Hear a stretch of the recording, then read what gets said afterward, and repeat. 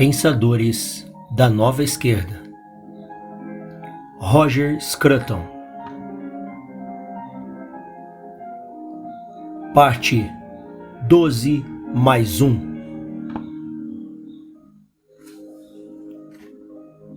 Georg Lukács.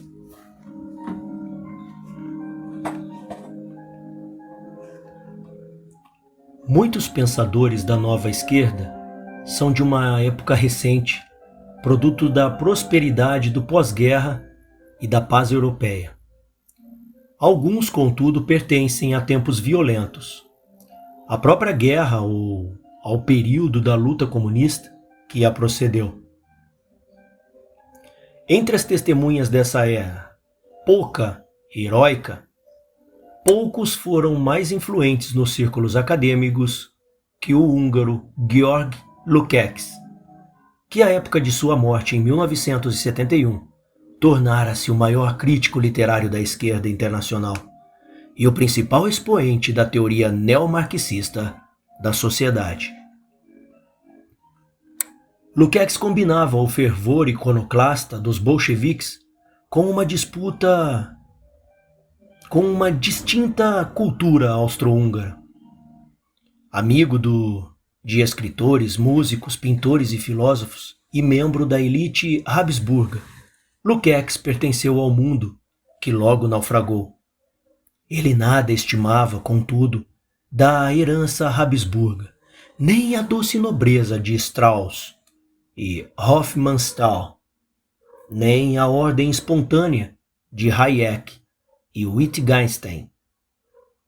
Experimentava somente uma ânsia fanática de livrar-se de tais relíquias, e também de toda instituição, leis ou preceitos que a sustentavam ou eram oriundos dela. Este desprezo pela realidade social existente não era, em hipótese alguma, peculiar somente a Lukács.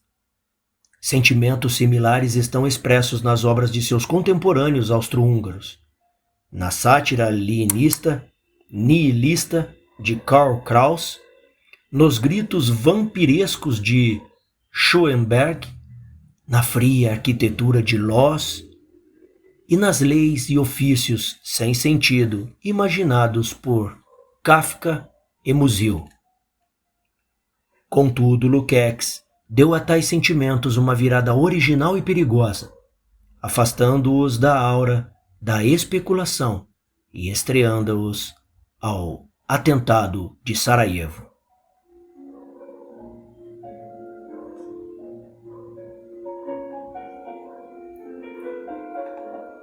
A autodestruição do Império Habsburgo encontra sua expressão física nos escritos de Lukács e seus contemporâneos, mas Lukács adicionou um ódio vingativo próprio. Nada real tinha sentido para ele. Somente o futuro era real, e o futuro pertencia ao proletariado.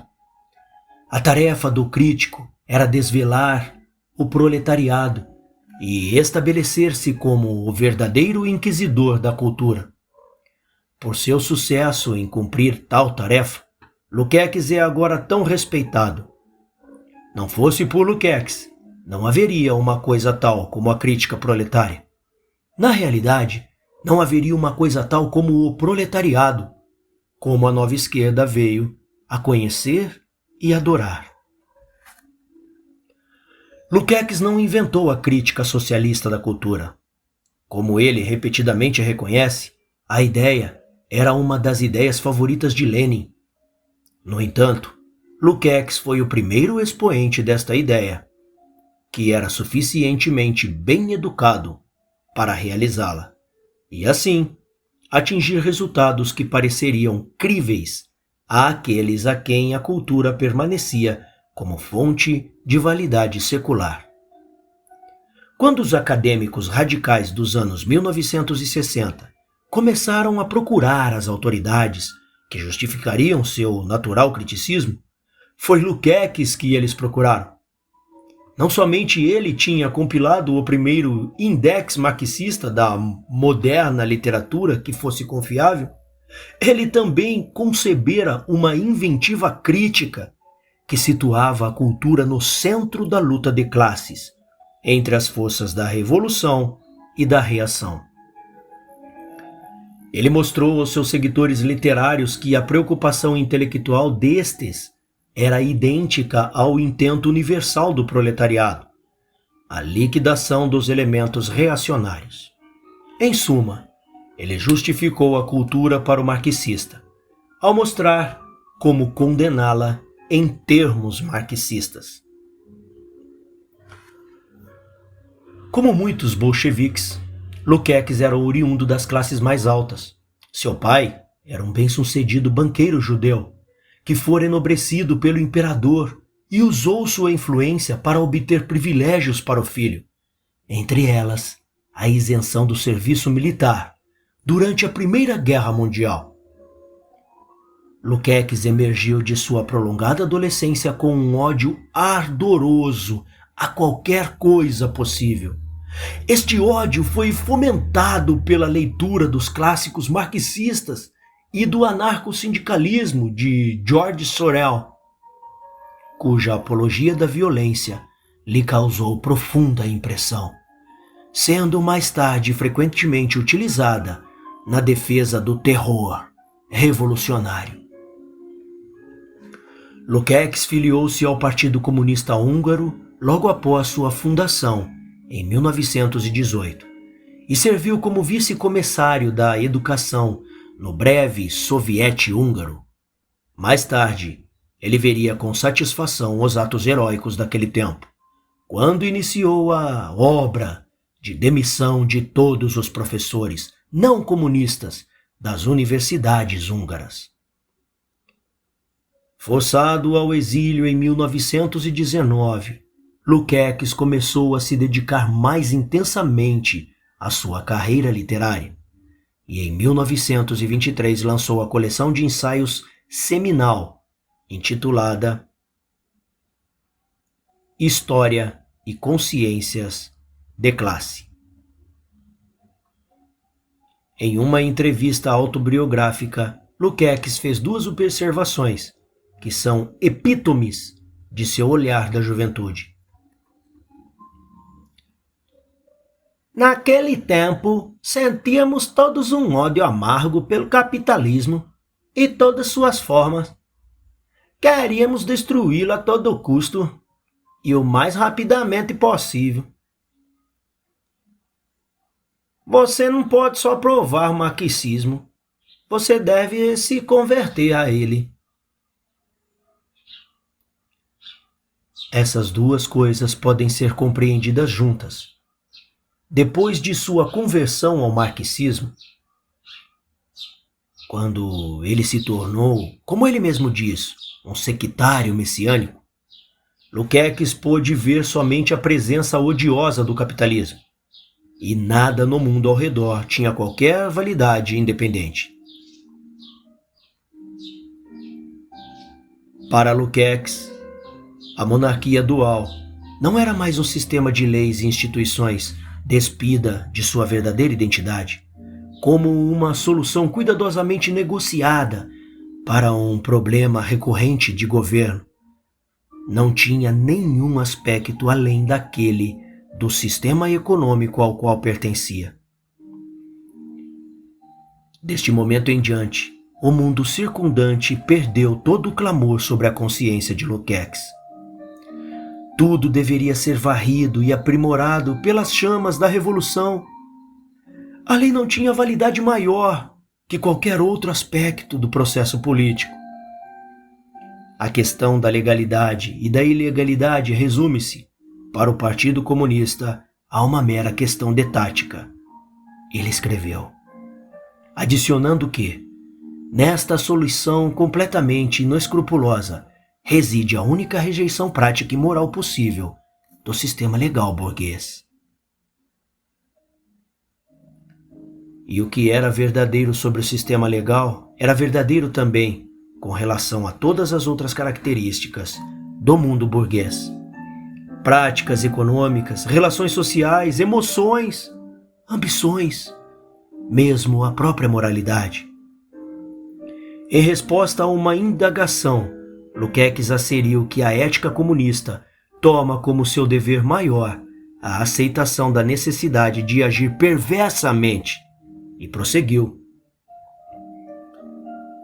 este é o maior sacrifício que a revolução exige de nós. Perversidade, antes de tudo, é uma concepção burguesa, e todo burguês deve ser derrubado.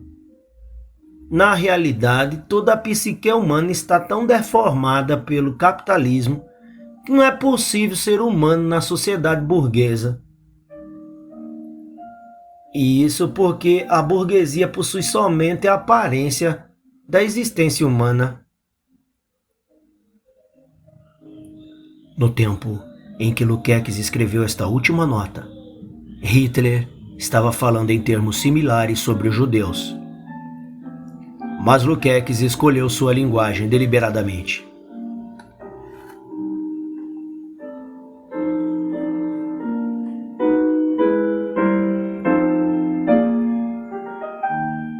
É importante então reconhecer o sentimento subjacente às palavras de Lukács. Não se trata de snobismo antiburguês de um Foucault, tampouco do desdém pelas coisas estabelecidas por lei, como em Thompson, Williams ou Galbraith.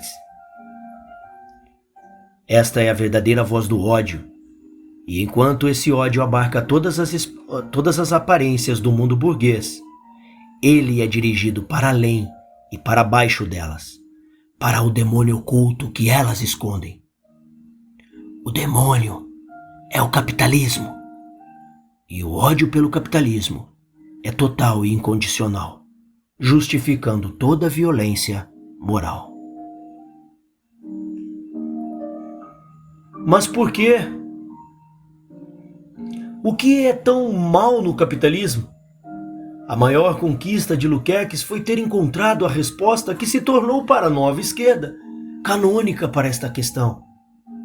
Lukács descobriu a linguagem na qual o capitalismo poderia ser representado como o maior dos males sociais para uma geração que experimentava a abundância, a liberdade, os benefícios sociais, as oportunidades de uma economia capitalista mista. E Lukács era capaz de apresentar sua crítica ao capitalismo como a verdadeira agenda oculta do Das Kapital, pois ele tinha descoberto a sobrevivência à guisa da teoria econômica, do criticismo do jovem hegeliano com relação à juventude de Marx.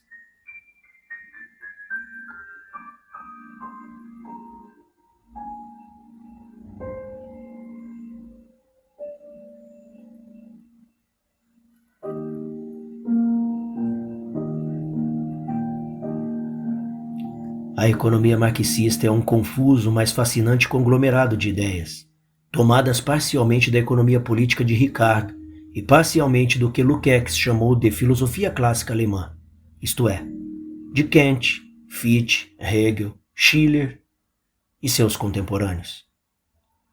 Das Kapital se inicia com um argumento desastroso para se demonstrar que, quando duas mercadorias são trocadas uma pela outra, seu valor de troca pode ser, abre aspas,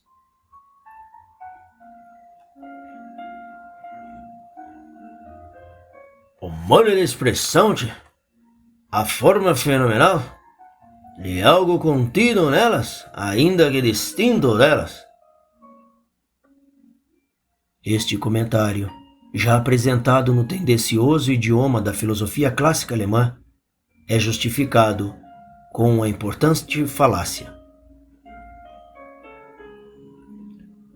Tomemos duas mercadorias, por exemplo, milho e ferro, As proporções nas quais elas são trocadas, sejam lá quais forem, podem ser representadas por uma equação, na qual uma dada quantidade de milho é equacionada a alguma quantidade de ferro. Por exemplo, 25 libras de milho, igual vezes 100 libras de ferro. O que nos diz desta equação, Bah, elas nos dizem duas coisas diferentes. Em 25 libras de milho e vezes 100 libras de ferro existem quantidades igual, em comum entre elas. As duas coisas podem, então ser iguais uma a uma terceira. E em si mesmo não é nem uma nem outra, piá. Cada uma delas, na medida em que é um valor de droga, pode então ser reduzida a esta terceira. Fecha aspas. Assim, Marx se lança no caminho que leva ao trabalho socialmente necessário, como o valor oculto dentro de toda a equação de troca. Agora, a única conclusão lógica a ser tirada do fato de que duas mercadorias são trocadas a uma taxa determinada é que elas são trocadas a esta taxa. Se um valor monetário é conferido à equação dada, então isto é simplesmente outro fato do mesmo tipo. O valor de que qualquer mercadoria pode ser visto como uma classe de equivalência. Assim, como o moderno geômetra definiria a direção de uma linha como o conjunto de todas as linhas que têm direção idêntica, e assim como Frege e Russell definiram o número de uma classe como a classe de todas as classes, que são iguais em números a ela. Assim poderia o economista definir o valor de uma mercadoria como a classe de todas as mercadorias, que são trocadas igualmente por ela. A assunção de um terceiro item fantasmagórico, em termos dos quais esta equivalência deve ser definida, é estritamente redundante.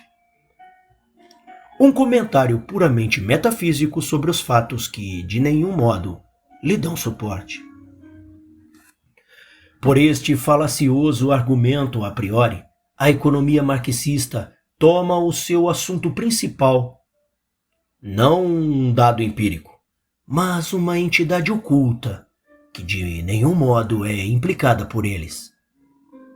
Ele então faz desta entidade oculta, valor, o objeto central de uma nova pseudociência, uma ciência que, na natureza das coisas, pode estar a um passo dos seus dados empíricos, que poderiam confirmar ou refutar os seus achados. Enquanto o economista moderno toma o preço, empiricamente definido como seu explicador, Marx tenta explicar através de outra variável oculta, da qual o preço é a mera forma fenomenal. Não é de surpreender que tais entidades fenomenais, como oferta e procura, que explicam o preço, não possa explicar a essência oculta do valor, nem mesmo nos oferecer fundamentos razoáveis para a sua existência. Dado o sucesso da teoria moderna do preço, e em particular da teoria da utilidade marginal decrescente, cuja emergência no fim do século XIX destruiu muito do impacto do Das Kapital, poderia parecer surpreendente que o interesse na teoria do valor de trabalho de Marx se mantivesse. Mas a falácia de Marx permanece atraente. Ele abre perspectiva filosófica, crítica e política, sem as quais a paisagem da teoria econômica pareceria desoladora e sem sentido. A promessa de Marx de uma economia política é cumprida desde o início de seu argumento, precisamente em seu uso da linguagem da filosofia clássica alemã. Marx então sugere que os dados da economia escondem um significado verdadeiro. A tão falada ciência da economia burguesa segue necessitando de interpretação, se nos dispusermos a entender a realidade à qual ela se refere. Marx, então, faz seu movimento intelectual decisivo, argumentando que a economia burguesa precisamente não explica a realidade econômica, mas antes esconde-a ao retirar sua atenção da essência oculta.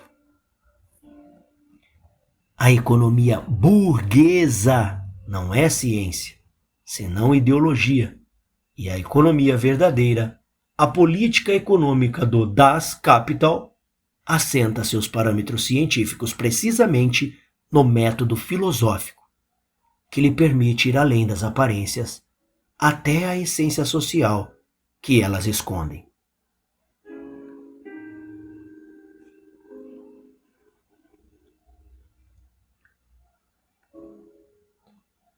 Se o argumento fosse correto, então poderia ser repetido em toda a teoria científica conhecida pelo homem. Todas seriam abandonadas como dispositivos ideológicos, precisamente dada sua disposição, implicada na exata ideia de um método científico, para explicar as aparências e ignorar seu núcleo metafísico. A teoria dos conjuntos, por exemplo, poderia ser abandonada como a ideologia da matemática, já que ela estuda não os números, as essências platônicas que as nossas equações ocultam, mas a equivalência de classes, que efetivamente a substituem em toda a fórmula com significado. A física também se tornaria a ideologia da matéria e a biologia a da vida. Na verdade, não há melhor argumento que o dado por Engels para sua dialética da natureza. Por sua absurda substituição das leis da física pela estrutura arruinada da dialética, que a dialética revela o significado que a física burguesa esconde. A vergonhosa argumentação que justifica a ideologia como ciência e condena a verdadeira ciência como mera ideologia tinha grande apelo para Lukács, que fez dela, com efeito, a pedra angular de sua filosofia. A verdadeira teoria da utilidade marginal decrescente do período imperialista, escreve ele, é o cume da evacuação abstrata e formalista dos conteúdos reais da economia. E na palavra imperialista, ele tenta resumir e condenar uma era inteira de esforço intelectual. Ele segue. Enquanto no período clássico o esforço prevalecente era direcionado em busca do entendimento da conexão entre os problemas sociais e econômicos, a era da decadência construiu uma barreira artificial, pseudocientífica e pseudometodológica entre os dois. Assim, esta parte da economia que se justifica como ciência através do seu poder preditivo real é condenada como pseudocientífica. Nos mesmos termos, Lukács explicou a ciência burguesa da sociologia. A nova ciência da era da decadência é linda. Essa parte não tem nota, pessoal. A nova ciência da era da decadência, a sociologia como uma ciência especial, surgiu porque os ideólogos burgueses queriam ver as leis e a história do desenvolvimento social separados da economia. Muito lindo. O significado desta afirmação levemente paranoide ou caetanoide não poderia ser tomado ligeiramente. Na realidade, vemos nela uma das razões pelas quais Lukács tem apelo: sua provisão dos instrumentos inquisitórios nos quais o pensamento não marxista, intimado para o tribunal da análise crítica, pode ser forçado a confessar seus crimes. É em vão que o cientista burguês consulta os fatos. Na ausência da visão total do marxismo, ele, que se refere ao fato meramente, condena-se a si mesmo como um empirista. E o empirismo é uma ideologia da burguesia. Gente, a asserção fundamental do método dialético é a teoria hegeliana do conceito concreto. Esta teoria postula, resumindo, que todo é anterior às partes. A parte deve ser interpretada à luz do todo e não vice-versa,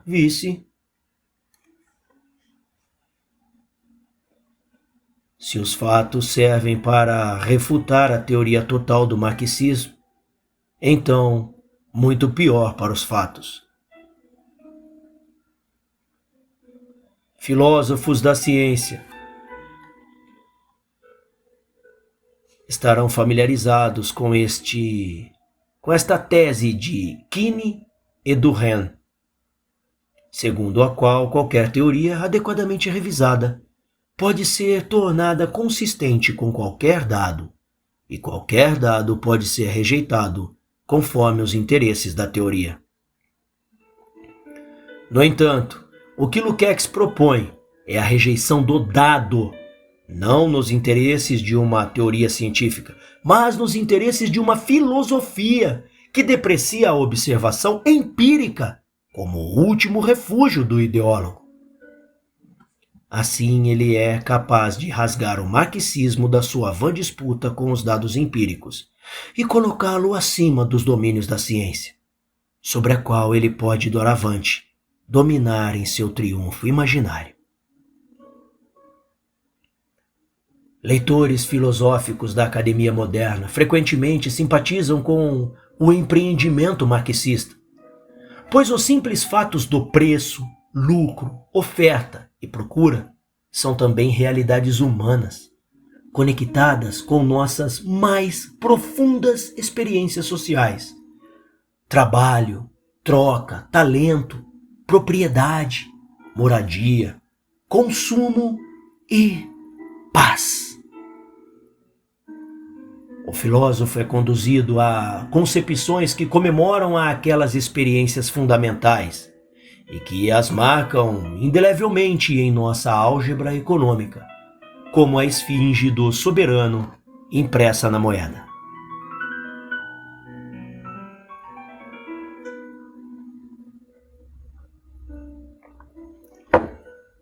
Assim, um filósofo pode ser seduzido pela leitura que Lukács fez de Marx, na qual a teoria do valor, trabalho, é representada em sua verdadeira coloração. Não como uma continuação da economia empirista, mas como um reaparecimento, sob roupagem científica, do maior tema da filosofia clássica alemã, o tema do sujeito e objeto. Ao restaurar esta significação perdida da álgebra marxista, Lukács a moralizou de um modo favorável à paixão revolucionária. Atrás da máscara da teoria econômica, ele viu o drama vivido do sujeito humano, preso em sua luta de vida e morte com o objeto, que sempre ameaça superá-lo e destruí-lo.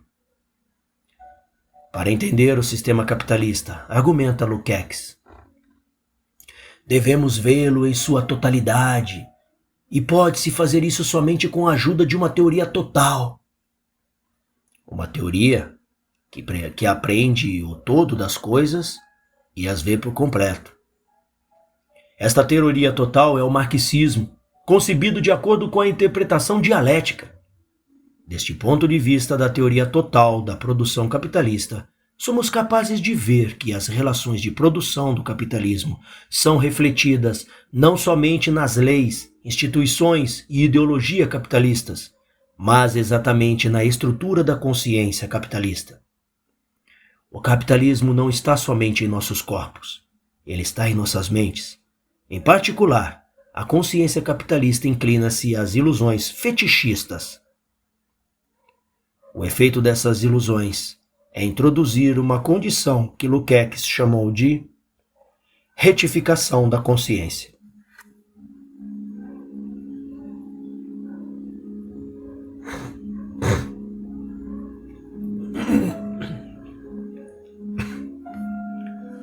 O termo reificação da consciência, tá, pessoal? Eu errei ali, que aqui tá correto.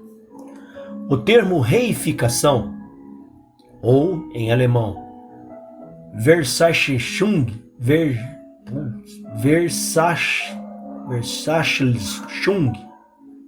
ou Verdinglichung, sei lá se é isso, é tomado de Das Kapital, assim como as teorias de mercadoria e fetichismo do capital, usadas genericamente. Estes dispositivos intelectuais ganharam somente um papel secundário em Marx. Lukács, contudo, converte-os nas ferramentas principais do seu argumento. De acordo com Marx, o capital não é uma coisa, mas uma relação social entre as pessoas, mediada por coisas. Contudo, o capital aparece como uma força objetiva que age independente das relações sociais das quais emerge. Atribuir esta força a uma entidade chamada capital é tornar-se vítima do fetichismo. É atribuir poderes puramente humanos aos sujeitos inumanos, notas bancárias, maquinaria e moedas. A forma mais perniciosa desse fetichismo, aquela que mais completamente mascara a realidade social da produção capitalista, é a que o vincula aos juros. Sobre o capitalismo, Marx argumenta: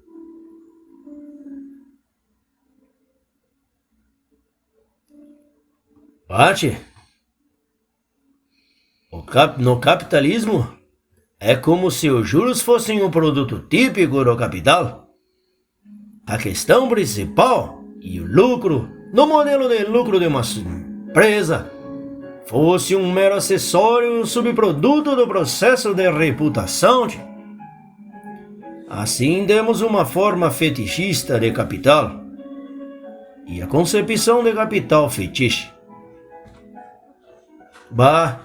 Em MM1, isto é, o processo no qual o capital M se torna o capital mais juros, M1, temos a forma em sentido do capital, a perversão e a objetificação das relações de produção em seu mais alto grau, a forma de juros, a forma simples do capital na qual ela antecede seu próprio processo de reprodução, é a capacidade do dinheiro ou de uma mercadoria de expandir seu próprio valor independentemente de reprodução, e é uma mistificação do capital em sua forma mais flagrante. Para a economia política vulgar, que busca representar o capital como uma fonte independente de valor de criação, esta forma é naturalmente um achado valioso, uma forma na qual a fonte de lucro, isto é, a exploração do trabalhador, da qual a mais-valia é expropriada, não é mais discernível, e na qual o resultado do processo capitalista de produção, divorciado do processo, adquire uma existência independente.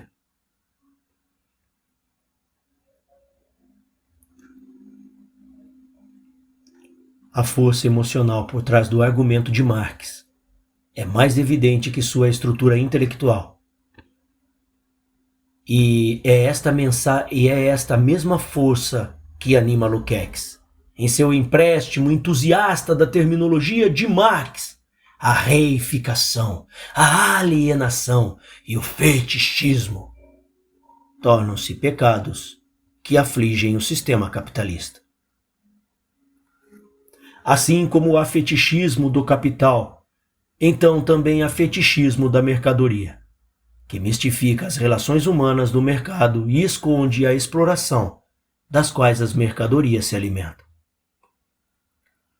A vítima do fetichismo da mercadoria vê as mercadorias como dotadas de um poder peculiar, trocadas sob a influência de leis autônomas e objetivas.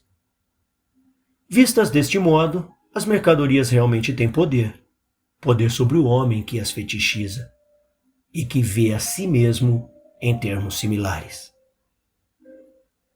Sob o capitalismo, o homem também é uma mercadoria, cambiável, de acordo com as leis objetivas do sistema.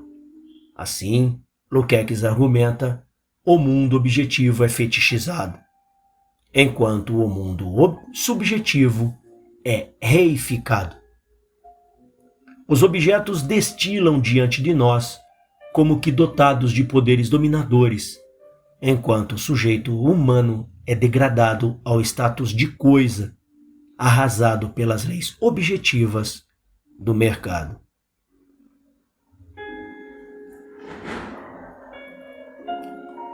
Objetivamente, um mundo de objetos e relações entre coisas se revela mundo de mercadorias e seus movimentos no mercado.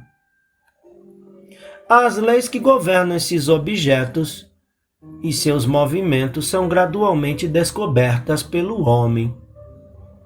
Mas mesmo assim, elas o confrontam como forças invisíveis que geram seu próprio poder. O indivíduo pode usar seu conhecimento destas leis para sua própria vantagem, mas ele não é capaz de modificar o processo por sua própria atividade.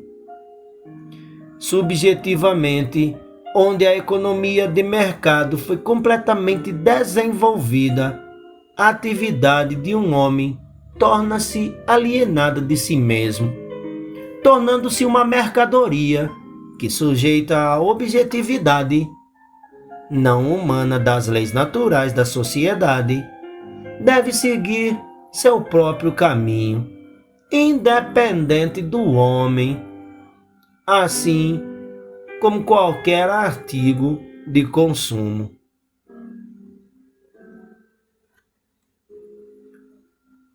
O mesmo inexorável processo da produção capitalista força o desenvolvimento do trabalho detalhado, e assim a fragmentação do sujeito, sua divisão em habilidades e funções separadas, e a absorção de sua vida em alguma habilidade particular que determina seu valor como uma mercadoria. De acordo com Lukács, essa fragmentação do trabalho transforma a produção em uma espécie de contemplação, como um mero dente na engrenagem que o domina e o controla. O trabalhador perde seu estatuto enquanto agente humano e adota, com relação ao seu próprio comportamento, a postura puramente contemplativa do anatomista, que estuda o funcionamento de um corpo.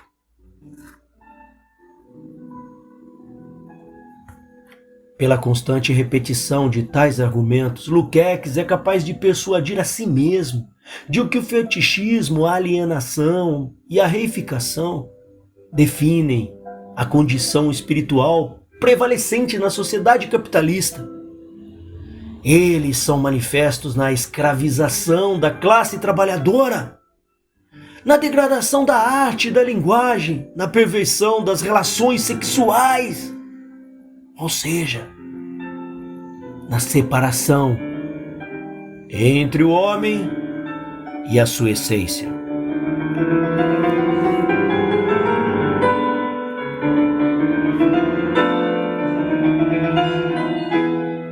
Tais insights sugerem que os pecados e os sofrimentos do homem não precisam de nenhuma outra explicação, além da persistência do sistema capitalista. Mas esses insights estão longe de terem sido conquistados arduamente. Lukács busca apoio na filosofia clássica alemã e sua representação da vida moral nos termos do drama sujeito-objeto. E é-nos dado desta filosofia que seu sentido, e o de Marx, deve ser compreendido. O sujeito, disse Kant, é essencialmente livre e exercita sua liberdade na razão prática, que é a fonte do imperativo categórico que motiva e justifica sua conduta. Hegel concordou, mas seguiu Fichte ao argumentar que o sujeito não é dado absolutamente, mas antes é autogerado, através de um processo de definição negativa. O sujeito percebe-se e, então, alcança sua felicidade, somente através de um sucessivo movimento em relação ao objeto, outro, que não ele mesmo, e que oferece seu campo de ação. Este processo de Selbstbestimmung é social. Eu percebo-me através das relações com os outros, dos quais minha liberdade é conquistada. Da luta de vida e morte com o outro, um de nós emerge como senhor, o outro como escravo. O escravo é mero objeto para o senhor. Mas, diz Hegel, o senhor também se torna mero objeto para si mesmo, sendo arrancado do mundo da ação pela constante mediação de seu escravo e forçado a tomar uma posição puramente contemplativa em relação à sua própria existência. A verdadeira liberdade advém somente pela restauração da unidade entre contemplação e ação, e pela superação da relação antagônica que priva tanto o senhor quanto o escravo do reconhecimento que eles anseiam.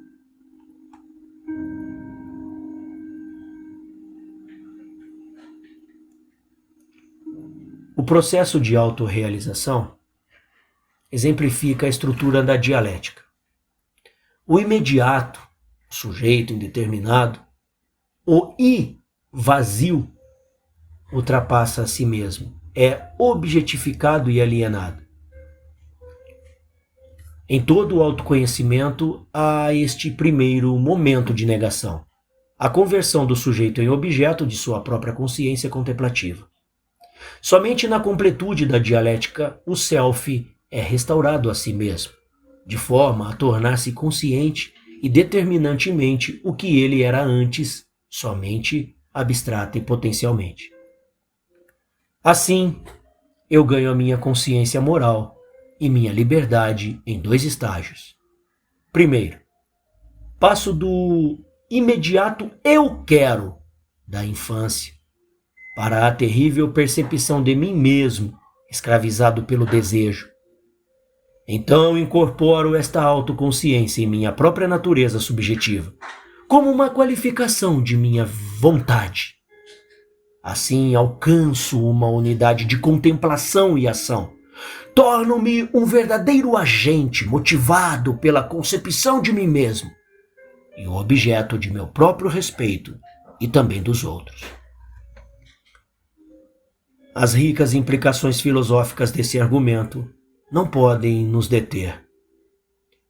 O que é de importância imediata é a sua história subsequente e, em particular, sua caricatura de Feuerbach.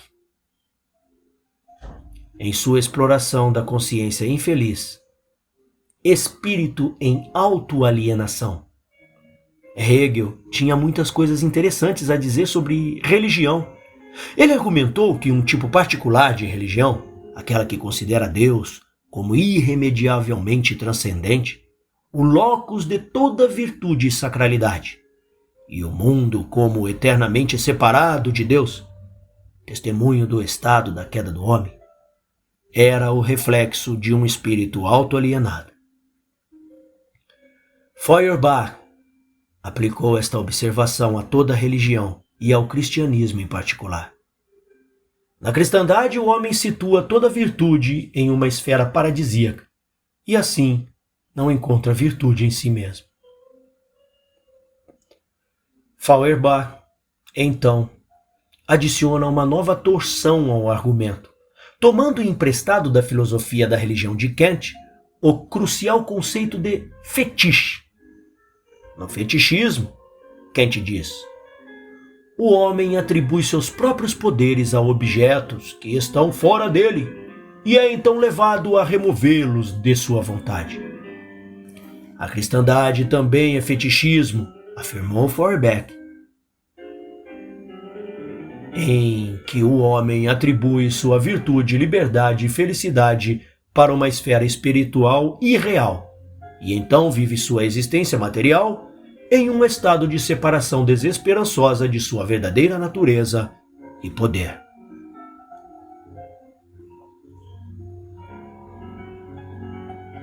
A virtude poderia ser recuperada se reconhecêssemos que sua realidade está aqui, em nossa existência social, material, em nosso ser espécie. Gattungswesen, como Feuerbach tendenciosamente chamou. Na religião, transformamos nossa virtude num objeto e então o adoramos como nosso Senhor. Aqui, estamos alienados de nós mesmos e separados de nossa tarefa pela consciência fetichista que desloca nossos poderes. Nos manuscritos de 1844, Marx adiciona mais uma torção à moralidade alemã clássica. A mesma intoxicante retórica é agora feita para servir como uma crítica da propriedade privada. Na propriedade,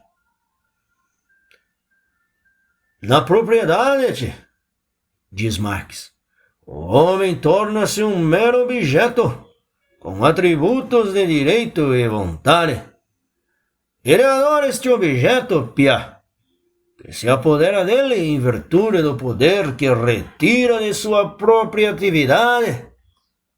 Na propriedade, então, o homem dota os objetos de uma alma e torna-se um mero objeto para si mesmo. Bah! Ele é restaurado a si mesmo somente ao superar a instituição da propriedade, tal que suas relações com os outros não mais são mediadas pelo mundo alienante das coisas. O homem retorna de objeto a sujeito, ao reunir-se em um nível mais alto e autoconsciente, com o ser espécie do qual a propriedade o tinha tão miseravelmente afastado-te.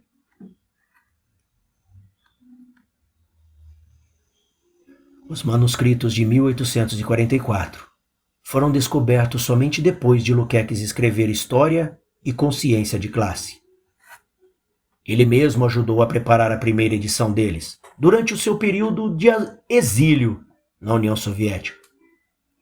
Contudo, a parábola hegeliana da jornada espiritual do homem, da inocente autoimersão, através da alienação, para a autorrealização na verdadeira vida social, permaneceu a verdadeira força motriz por trás de todas as especulações de Marx. Lukács percebeu isso e trouxe o significado de Marx à luz do dia. E ele mesmo estava enfeitiçado pela força encantatória da parábola hegeliana.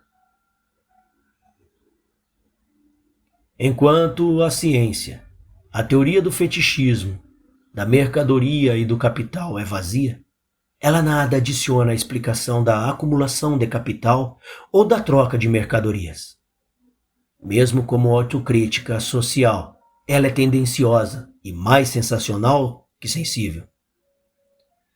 Pois quem realmente está enganado pela ilusão de que as mercadorias e o capital têm poderes autônomos, O primeiro para a troca e o segundo para o crescimento. O economista burguês explica estes fenômenos em termos de oferta e demandas agregadas, em outras palavras, em termos das ações sociais dos seres humanos. Então, que força reside na reivindicação de que as leis da economia política vulgar representem o capital como uma fonte independente de valor? No entanto, o conceito da consciência fetichizada continua a inspirar a confiança revolucionária.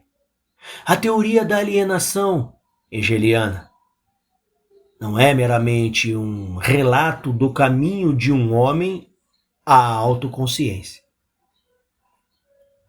É um substituto para a teologia. Nas mãos de Hegel e Feuerbach, ela oferece uma teoria secular do pecado original. O mal que está sobre o mundo, que nos assombra e vicia nossas ações, é um sinal e produto da autoalienação do homem. O homem é um objeto, que deveria ser um sujeito, e sua consciência está mais e mais permeada pelo triunfo das coisas. Todo o poder parece residir fora dele, e em nenhum lugar ele encontra a espontaneidade, a validade interna de uma vontade humana livre. Mostrar que o capitalismo é a condição suficiente e necessária para este estado de autoalienação é justificar a raiva sacralizada do revolucionário, mesmo e mais especialmente em uma época que viu os confortos materiais que o capitalismo pôde trazer.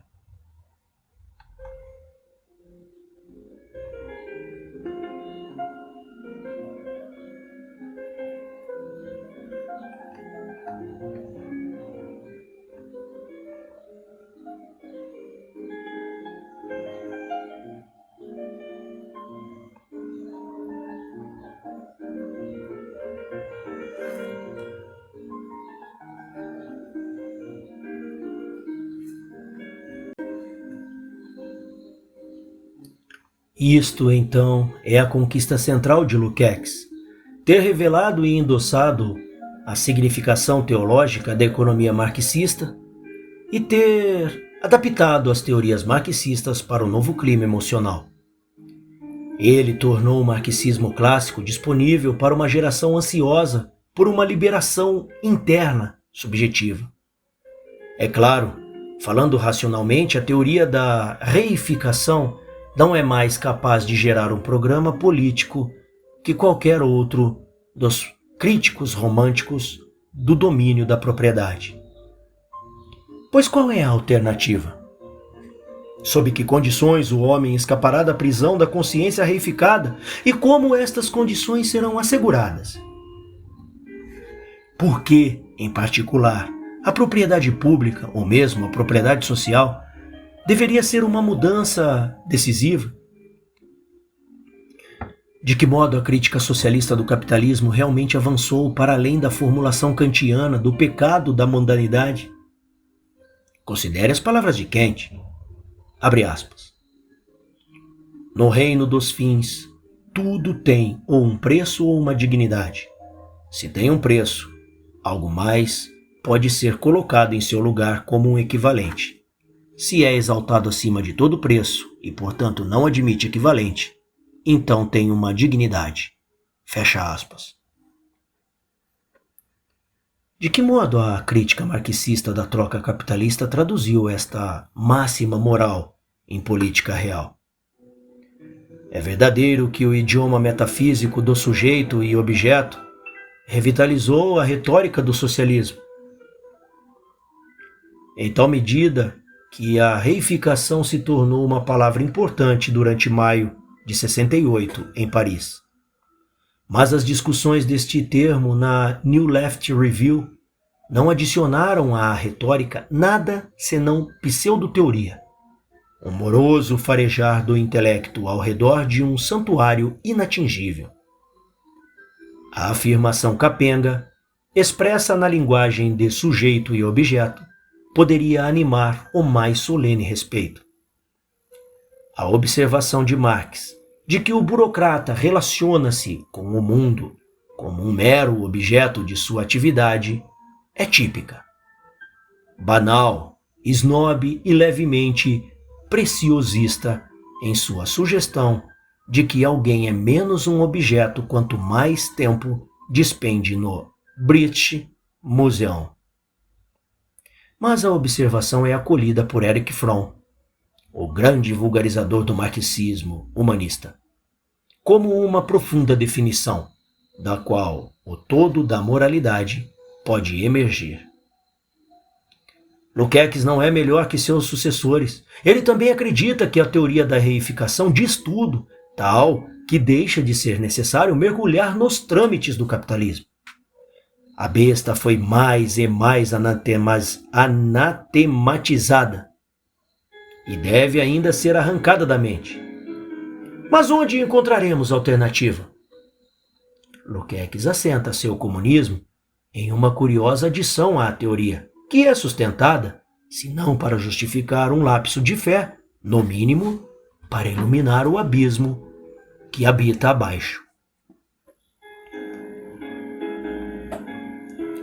De acordo com Lukács, a consciência reificada da burguesia neutraliza a ação humana e previne a mudança genuína, ao representar o mundo social como vinculado por leis inexoráveis e objetivos. Enquanto permanecemos confinados no pensamento burguês, estaremos atados ao status quo do capitalismo, incapazes de lutar pela condição social que dissipará a nuvem do não saber, ou mesmo de percebê-la na escuridão capitalista. Contudo, outra consciência está crescendo. A consciência do proletariado, que possui um privilégio epistemológico único. Em virtude de sua proximidade ao processo de produção, os operários podem tornar-se conscientes do caráter social do trabalho. Assim, para sua consciência, a forma abstrata e universal do princípio social, como ele se manifesta, pode ser cada vez mais concretizada e superada. Portanto, o conhecimento produzido pelo ponto de vista do proletariado ocupa plano científico objetivamente mais alto. Antes de tudo, ele oferece um método que torna possível a solução de problemas que os maiores pensadores da era burguesa lutaram de forma vã para resolver.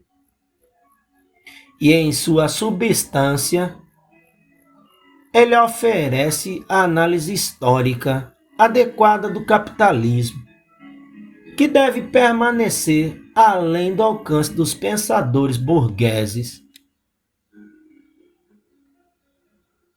Lukács estende esta ideia de forma considerável, em uma prosa exageradamente obscura. Mas o que ele quer que creiamos? Aparentemente, a classe trabalhadora, diferente da burguesia, sempre aspira à verdade, mesmo em sua falsa consciência e em seus erros substantivos. Para entender nossa situação, então, devemos vê-la através do olhar dos proletários, que poderia então ser nossa autoridade, a descendência articulada da verdadeira classe trabalhadora? D. H. Lawrence, Painter, Conrad, Celine? Não seja ridículo, diz Lukács, que dedica várias páginas a anatematizar tais lacaios contra-revolucionários da burguesia. Parece que o pensamento proletário não pode ser encontrado em obras de escritores proletários, mas somente nos marxistas clássicos. O método prometido, o eleuterium, que une nossos remendos epistemológicos, é a dialética, cujo legado atravessou de Fichte a Hegel e a Feuerbach e Marx, e de Engels a Lukács e Lenin. E quando Marx sujou suas mãos com o trabalho humano? Quando ele sujou suas mãos com o trabalho manual? Ou Engels, o proprietário de fábrica? Ou Lenin, o cavaleiro no exílio? Ou mesmo Lukács, barão hereditário do Império Habsburgo, herdeiro de uma fortuna bancária, acadêmico, esteta e implacável conspirador dentro das elites dominantes? Um pensador proletário? Considere seu remédio para a reificação. Ela pode ser superada somente pelos constantes e constantemente renovados esforços para corromper a estrutura reificada da existência, relacionando-a às contradições concretamente manifestadas do desenvolvimento total, tornando-se consciente dos significados imanentes destas contradições para o total desenvolvimento. Vice. Isto é uma afirmação proletária autêntica? Sai fora, camarada. As coisas na realidade são piores que parecem. Não só o proletariado está identificando com o marxismo. Todo pensador moderno que discorda de algum princípio crítico do marxismo é denunciado como burguês, enquanto todo verdadeiro escritor marxista é elogiado como proletário. Estes rótulos não são de fato os nomes das classes sociais, de maneira alguma, mas termos de uso largamente expletivo. E por que o rótulo burguês concentra em si mesmo toda a maldade humana e o rótulo proletário toda a bondade humana? Lukács imagina que ele se proveu do perfeito instrumento da censura. Mais ainda, ele deixa claro que o proletariado, que fala historicamente através das obras dos pensadores burgueses como Marx e Engels, no presente se expressa somente através do Partido Comunista, que é a sua igreja institucionalizada. Somente no partido, com sua estrutura essencialmente organizada, a unidade entre teoria e prática é conquistada. Por isso, é maior a conquista do bolchevismo russo a incorporação, pela primeira vez desde a Comuna de Paris, da consciência do proletariado e de seu autoconhecimento em termos de história mundial.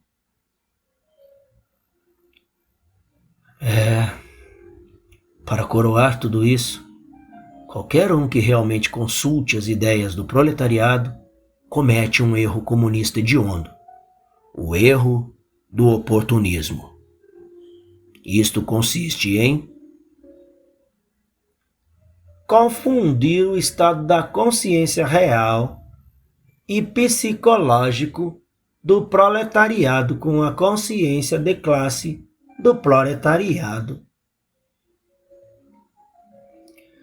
É fácil de ver que esta retórica é outra máscara para a velha mentira comunista, que o partido é infalível. A praxis, a nova forma de conhecimento que se mostra simultaneamente na dissolução da consciência reificada e no engajamento revolucionário, é o equivalente puro da fé, e a obediência ao partido o resultado de uma aposta pascaliana.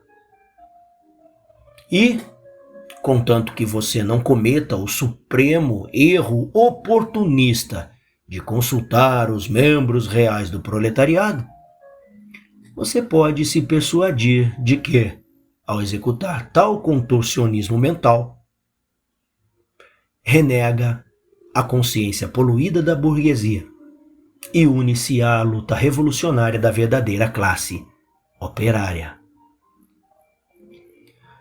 Como refugiado nazista, Lukács estabeleceu-se em Moscou e preparou-se através de um ato de humildade e de autocrítica. Um ato humilhante de autocrítica. História e consciência de classe. Foi veementemente condenado por Bukharin e Zinoviev no 5º Congresso da Internacional Comunista de 1924. As acusações usuais, revisionista, reformista, idealista, foram lançadas, e Lukács mesmo as repetiu no início dos anos 1930. História e consciência de classe, disse ele, é uma obra idealista, e afirmou que o idealismo é o aliado do fascismo e seus camaradas, social-democratas, e por isso, o verdadeiro inimigo do proletariado. Anteriormente, o oportunismo era o principal inimigo. Mais tarde, era o niilismo. Enquanto raiava a aurora da paranoia de Stalin em relação ao trotskismo, como modelo da classe reacionária. Em The Meaning of Contemporary Realism, 1957, Lukács fornece uma instrutiva história dos disfarces do inimigo. O inimigo, no tempo de Heine, era o chauvinismo alemão. Mais tarde, foi o imperialismo agressivo. Mais tarde ainda, o fascismo. Hoje é a ideologia da Guerra Fria e a preparação para a guerra nuclear. A luta contra o inimigo comum, que levou à formação de alianças políticas estreitas em nossa época, permite ao realista crítico assumir sua perspectiva socialista da história sem renunciar à sua própria posição ideológica. Nenhuma dessas mudanças na descrição do inimigo mostra uma real mudança de mentalidade. Pois embora o inimigo possa mudar de nome, ele não muda de natureza. Ele permanece o burguês, senhor do mundo real, preso em uma luta de vida e morte com o proletariado, que é o guardião do futuro.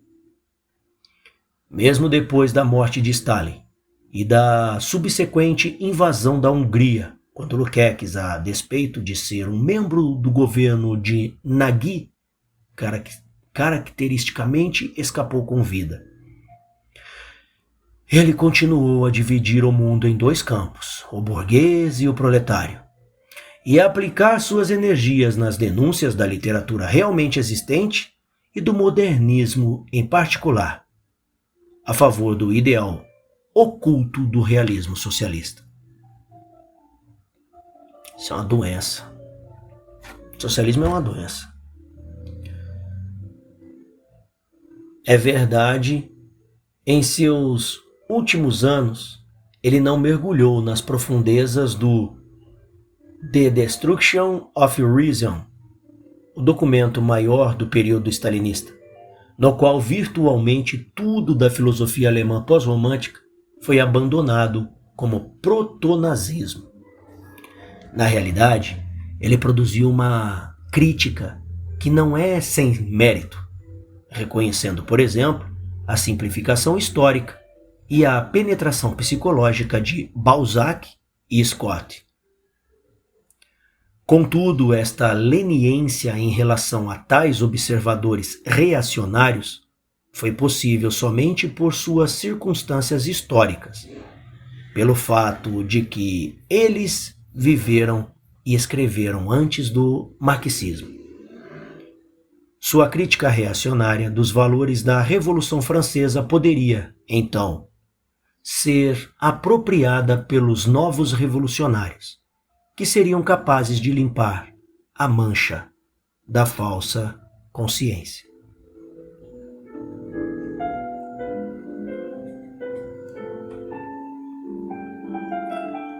A mesma leniência não poderia ser estendida a nenhum escritor moderno.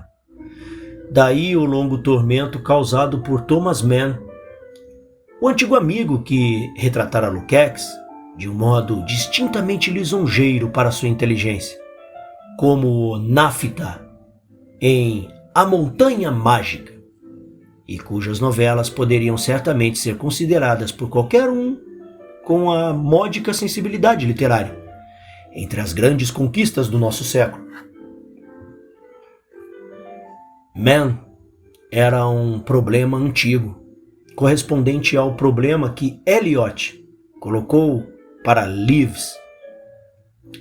Mas ele era um problema que Lukács decidiu tirar da mente, em prol da crença necessária de que, desde Marx, a literatura é ou revolucionária ou reacionária, ou proletária ou burguesa, ou socialista ou pronta para chamas.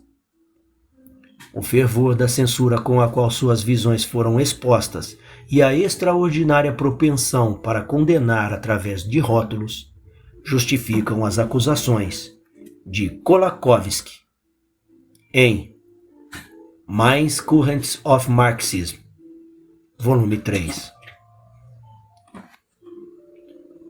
segundo as quais Lukács era um intelectual stalinista para o qual o oponente sacrifica por sua oposição o direito de existir. Considere as seguintes passagens de suposta crítica literária.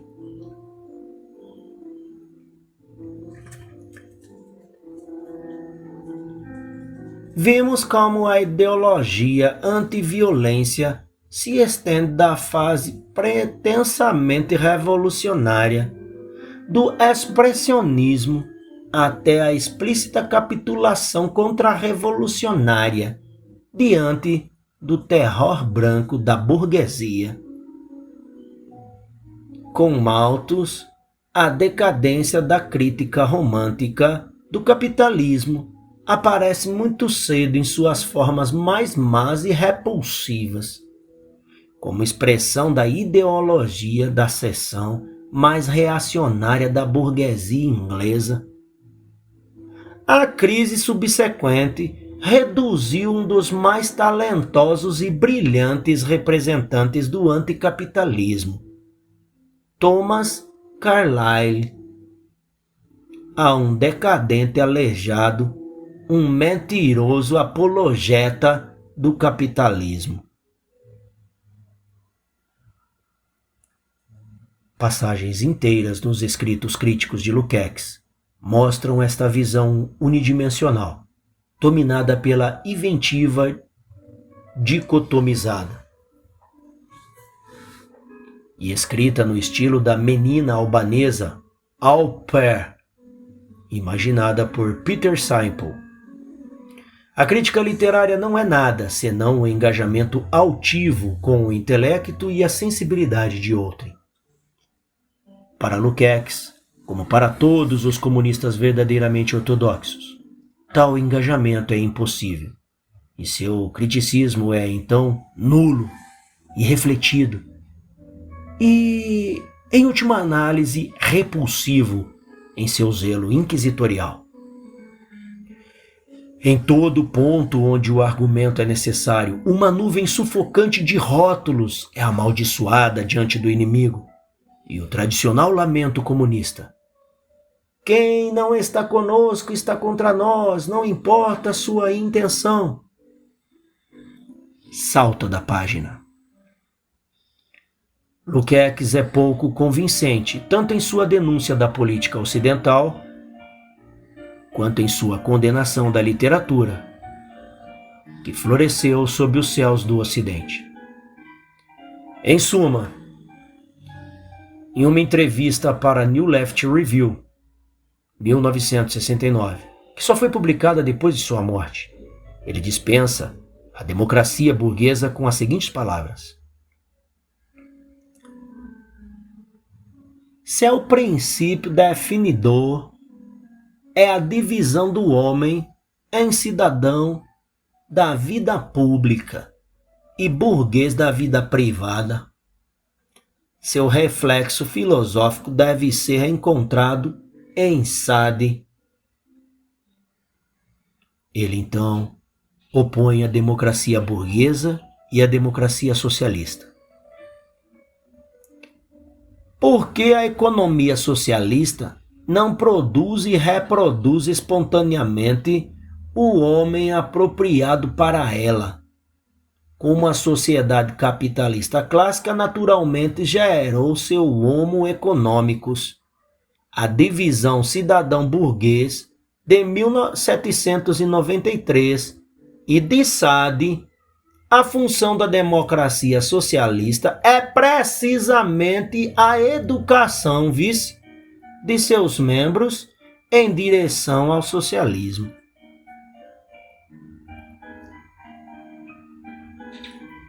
Aqui, Lukács apresenta o método stalinista de inquisição em sua realização máxima. Com a estúpida alusão a Sade, ele é capaz de abrir mão de todas as instituições políticas ocidentais com um simples gesto, o de retomar o domínio das dicotomias brutais. Capitalismo versus socialismo, reação versus revolução, reprodução versus educação, burguesia versus proletariado, Lukács versus inimigo. Seguro atrás de tais cercas de arame farpado, Lukács continuou a ruminar sobre o verdadeiro significado da filosofia alemã clássica. Em sua última obra, The Ontology of Social Being, uma estranha e lúgubre dança de sombras no cemitério da metafísica alemã, ele toma nota da religião verdadeira e atribui a descoberta deste fenômeno a Hegel. Em uma frase que não é menos significativa que qualquer outra nesta obra curiosamente escrita, ele observa que o reconhecimento histórico hegeliano da religião como uma realidade mental efetiva constantemente se aperfeiçoa, mas mesmo assim isto nunca resulta em uma relação interna mais profunda com seus conteúdos.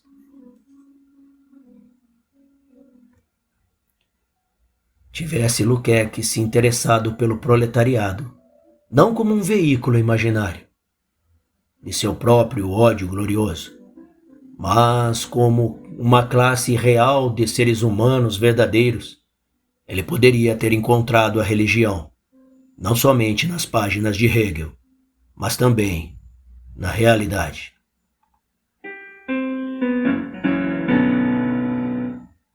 E confrontando a fonte honesta da moralidade proletária, ele poderia ter reconhecido em si mesmo uma forma invertida e destrutiva da mesma emoção. Ele poderia ter percebido seu próprio ódio a Deus, sua recusa da confiança, da humildade e da expiação, bem como sua violência presunçosa em relação ao mundo criado. Ele perceberia também o quanto seu sectarismo messiânico permaneceu atado ao espírito de Sarajevo, o quanto os rótulos aniquiladores, ideólogo, nihilista, reacionário, nostálgico, que ele lançou tão indiscriminadamente ao inimigo imaginário, poderia ter sido corretamente vinculado a si mesmo. E o quanto ele permaneceu, até o fim de sua vida, igual ao que havia sido desde o início. Um monstro representativo da burguesia Habsburga.